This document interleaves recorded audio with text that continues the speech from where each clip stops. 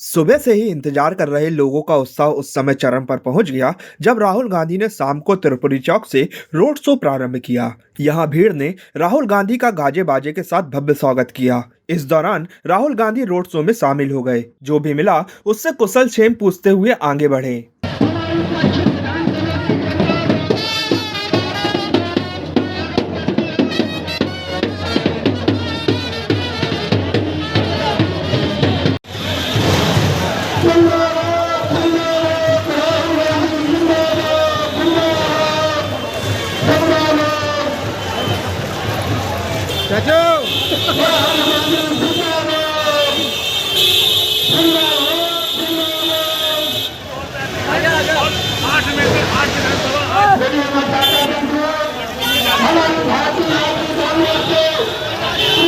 लोगों की जुबा पर बस यही चर्चा थी कि राहुल गांधी ने पर्याप्त समय और सम्मान दिया। वहीं दूसरी ओर लोग राहुल गांधी को देखने के लिए बैरिकेड्स में भी चढ़ गए थे। कांग्रेस के नेताओं ने जनसभा में एकजुटता का संदेश दिया।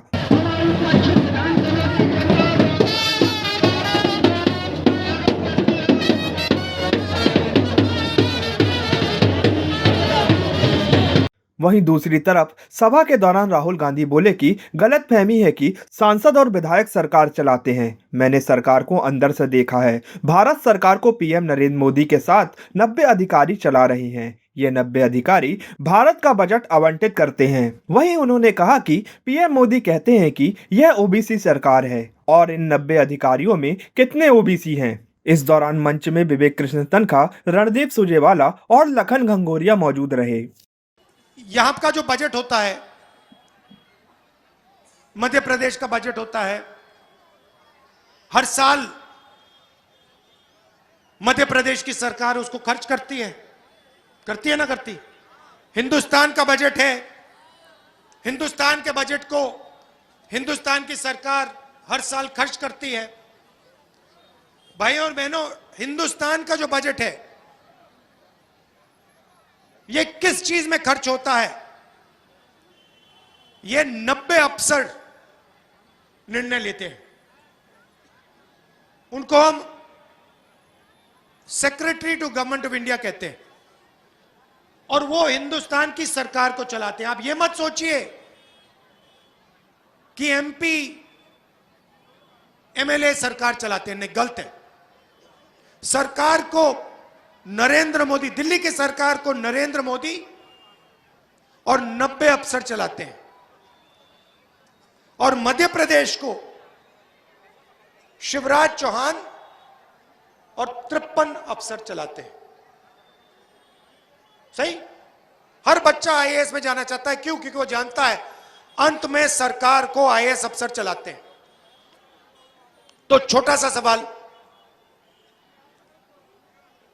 आपसे सवाल, दिल्ली की सरकार को 90 अफसर चलाते हैं, सही?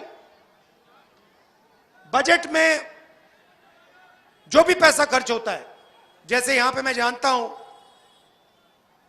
आपकी स्वास्थ्य की सेवा ही नहीं है,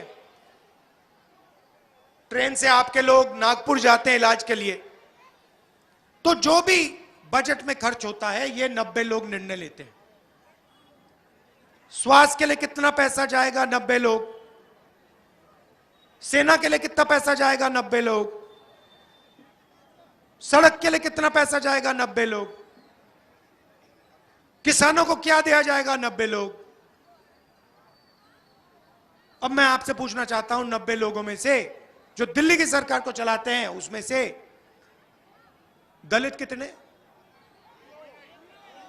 दलित कितने? भाइयों और बहनों, मैं आपको बताता हूं, अगर हिंदुस्तान की सरकार 100 रुपए खर्च करती है, मतलब अगर बजट का 100 रुपए खर्च होता है तो दलित अफसर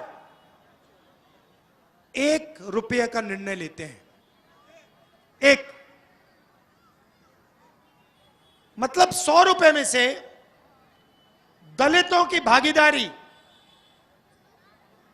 1 रुपया। और अगर 90 अफसर हैं तो 90 में से 3 अफसर दलित। चलिए दलितों को छोड़ते हैं, ओबीसी की बात करते हैं। और हिंदुस्तान की सरकार को छोड़िए, मध्य प्रदेश की सरकार की बात करते हैं। मध्य प्रदेश का बजट जो है तकरीबन 3 लाख करोड़ रुपए का है। 53 अफसर इस बजट को बांटते हैं। इस कस्बे में कितना पैसा आएगा, आपके स्वास्थ्य के लिए कितना पैसा आएगा, आपके बच्चों की शिक्षा के लिए कितना पैसा आएगा, यह 53 अफसर शिवराज चौहान जी के साथ निर्णय लेते हैं। भाई और बहनों, मजे की बात सुनिए। मध्य प्रदेश के 53 अफसरों में से पिछड़े वर्ग का सिर्फ 1 अफसर है। मोदी जी कहते हैं मध्य प्रदेश की सरकार ओबीसी की सरकार है। 53 अफसरों में से 1 अफसर ओबीसी वर्ग का है। और आप जानते हो यह अफसर बजट में से कितने प्रतिशत का निर्णय लेता है? कोई जानता है? 0.1। मतलब ओबीसी की सरकार है। मोदी जी कहते हैं ओबीसी की सरकार है, ओबीसी का चीफ मिनिस्टर। और 100 रुपए में से 33 पैसे का निर्णय ओबीसी अफसर करते हैं। ठीक से सुनो, नरेंद्र मोदी कहते हैं ओबीसी की सरकार है और भागीदारी आपकी 100 रुपए में से 33 पैसे की है। 100 रुपए में से 33 पैसे की। और दिल्ली की सरकार में 100 रुपए में से दलितों का 1 रुपया। और फिर ये लोग कहते हैं कि ओबीसी की सरकार है, दलित तेजी से आगे बढ़ रहे हैं। इसलिए मैंने कहा कि देखिए, दूध का दूध पानी का पानी कर देते हैं। कैसे करेंगे? आपको कभी चोट लगी है? लगी? किसी के यहां पे टांग टूटी कभी? आपकी? जब आपकी टांग टूटी थी, पहला काम क्या किया आपने? अस्पताल गए। अस्पताल में आपने एक्सरे मांगा। आपने कहा कि भैया मुझे लग रहा है टांग टूटी है, मुझे एक्सरे चाहिए। एक्सरे हुआ, डॉक्टर ने कहा कि देखो भैया एक्सरे हुआ है, आपकी टांग टूटी। इसलिए मैं कह रहा हूं मध्य प्रदेश और हिंदुस्तान का एक्सरे होना चाहिए। करा दो एक्सरे और पता लगाओ हिंदुस्तान की सच्चाई क्या है। मुझे दिख रहा है कि ओबीसी वर्ग को, दलित वर्ग को, आदिवासी वर्ग को दर्द हो रहा है, जबरदस्त दर्द हो रहा है। अब मैं कह रहा हूं कि भैया एक्सरे करा दो, पता लगा दो कि इस देश में आदिवासी कितने हैं, दलित कितने हैं, ओबीसी कितने हैं और ओबीसी में कौन सी जात कितनी है। मेरा आपसे सवाल है, आपकी भागीदारी, दलितों की भागीदारी 1% से कम है। क्या आपकी आबादी 1% से कम है? तो जितनी आपकी आबादी है उतनी आपकी भागीदारी होनी चाहिए। जितने पिछड़े लोग हैं उतनी भागीदारी उनकी होनी चाहिए। अब भैया मुझे बताओ, मध्य प्रदेश में पिछड़ों को 53 अफसर में से 1 अफसर मिला है। 100 रुपए में से 33 पैसे ओबीसी अफसर खर्च करते हैं, निर्णय लेते हैं। क्या ओबीसी की आबादी 0.3% है मध्य प्रदेश की? क्या नहीं, मैं आपको आज बता रहा हूं कि ओबीसी की आबादी कम से कम 50%, 55% है। अगर आपकी आबादी 55% है तो सरकार चलाने में आपका सिर्फ एक अफसर क्यों?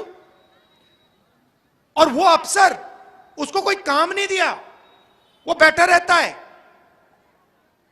100 रुपए में से सिर्फ 33 पैसे का निर्णय लेता है। जब मैंने ये बात पार्लियामेंट में रखी, नरेंद्र मोदी चुप हो गए। कहते हैं, पहले कहते थे मैं ओबीसी जात का हूं, हर मीटिंग में कहते थे ओबीसी जात का। मैंने कहा भैया आप ओबीसी जात के हो, सब कुछ ठीक है, आप हवाई जहाज में उड़ते हो, हर रोज नए कपड़े पहनते हो, ओबीसी जात का आपने फायदा तो उठा लिया, चुनाव जितवा लिए, मगर जब ओबीसी जात की भागीदारी की बात आती है तो आप कहते हो हिंदुस्तान में कोई जात नहीं, ना कोई दलित, ना कोई आदिवासी, ना कोई ओबीसी। वोट लेने जाते हो, कहते हो भैया मैं ओबीसी हूं।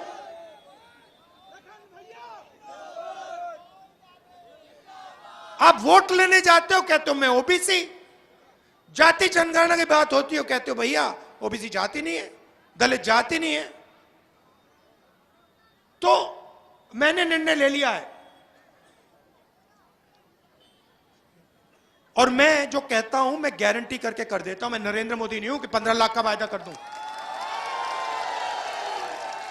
मैं आपको बता रहा हूं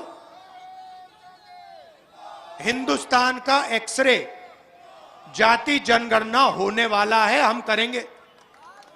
नरेंद्र मोदी करें ना करें मैं नहीं जानता, हम उन पे दबाव डाल रहे हैं। कर दें तो अच्छा है, नहीं करें तो मध्य प्रदेश में भी कांग्रेस पार्टी की सरकार करेगी और हिंदुस्तान में भी कांग्रेस पार्टी की सरकार करेगी। और फिर जो आपका हक बनता है, जो ओबीसी युवाओं का हक बनता है, दलित युवाओं का हक बनता है, आदिवासियों का हक बनता है, वो हक हम आपको दिलवा देंगे। आपके विश्वास का प्रतीक राइट टाउन में सुहागन आभूषण एम्पोरियम, विशाल मेगा मार्ट के पास, चंचलाबाई कॉलेज के पास, राइट टाउन जबलपुर। मोबाइल 9589362666। मैं मुकेश अग्रवाल, संचालक सुहागन आभूषण एम्पोरियम, आशीर्वाद मार्केट, और अब वर्तमान में आप लोग के सहयोग से राइट टाउन में भी एक बार अवश्य पधारने के लिए आग्रह करते हैं।